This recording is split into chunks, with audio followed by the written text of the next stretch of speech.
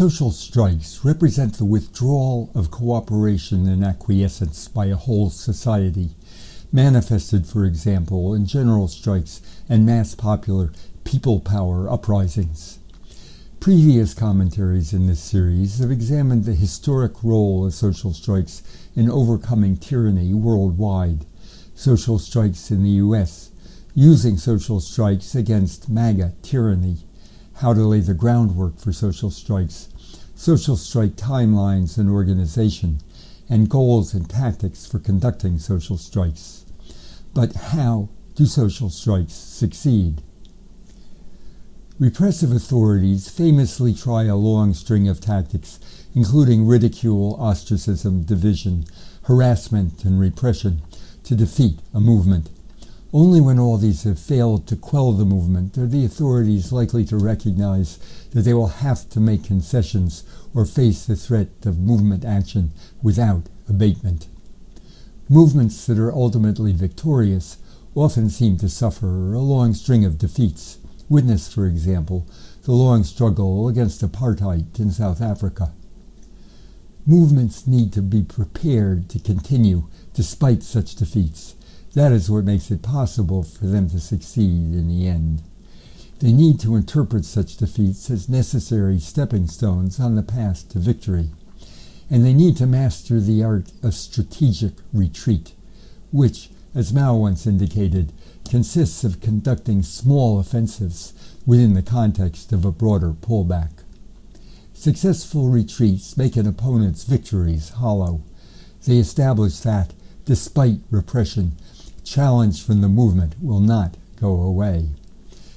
As Gene Sharp once wrote, massive stubbornness can have powerful political consequences. Sharp pointed out that most movements succeed less by overwhelming their opponents than by making their opponents, and the supporters on whom their opponents depend, conclude that the price of continuing the struggle is too high. That often takes the form of the emergence of peace factions among the authorities. Promoting such splits is a key strategic objective for social strikes. That requires the potential peace faction elements within the establishment not be driven into the arms of the war faction.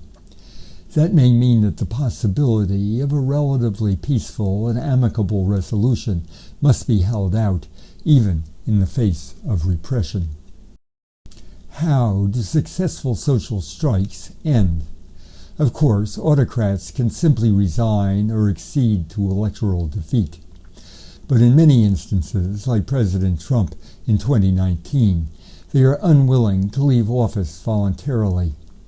If the authorities are nonetheless unable to suppress the movement, at some point they are likely to turn to tacit or formal negotiations. In Poland, after the movement's strikes and factory occupations, this took the form of the roundtable talks between the regime and the emerging Solidarity Union. In South Africa, after the Great Cosatu strike, it took the form of negotiations between the apartheid government and the African National Congress, represented by Nelson Mandela. Even regimes that have sworn never to negotiate with their opponents may well do so at the point at which other alternatives look even worse. While this is hard to imagine with MAGA tyranny, it is also true that the slogan "TACO, Trump always chickens out," contains at least a grain of truth. The idea of negotiations with the enemy is always uncomfortable for a social movement. There is always an opportunity for splits and sellouts. But such negotiations are often part of the way that social movements and social strikes have led to significant change.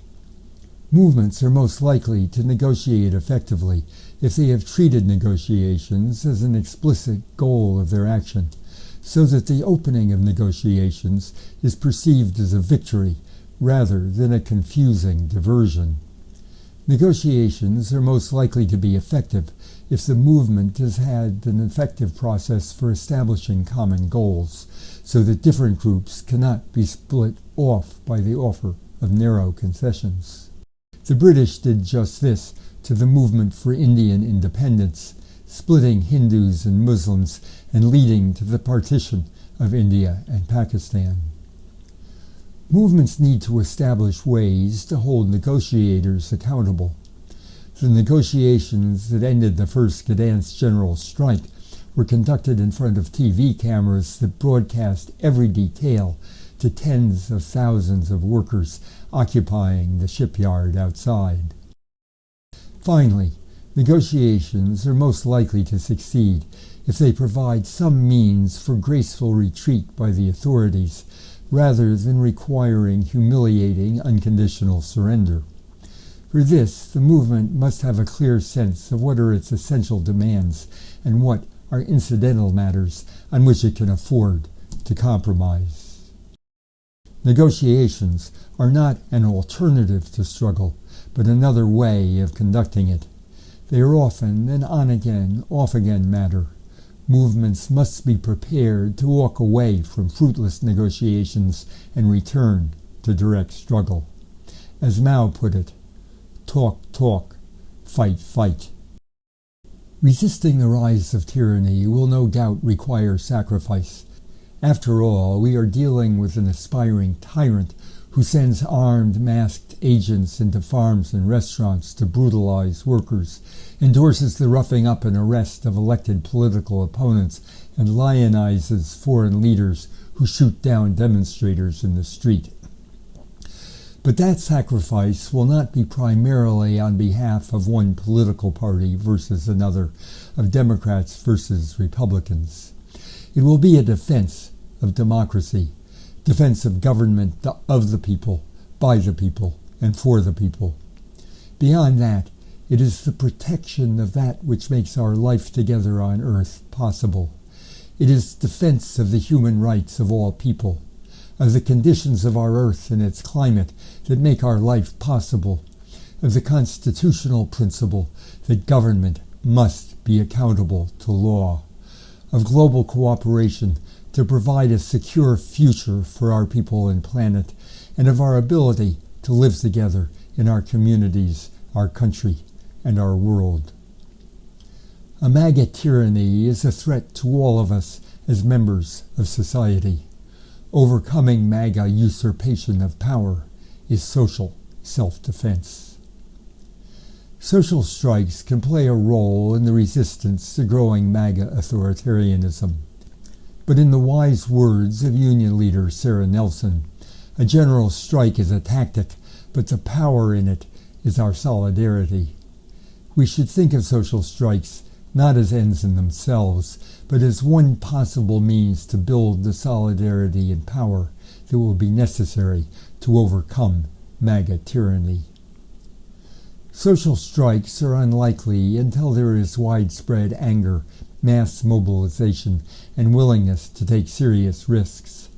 But they can be part of the strategic horizon for social self-defense. They demonstrate that, no matter what tyrants may do, ultimately the people have the means to defeat them.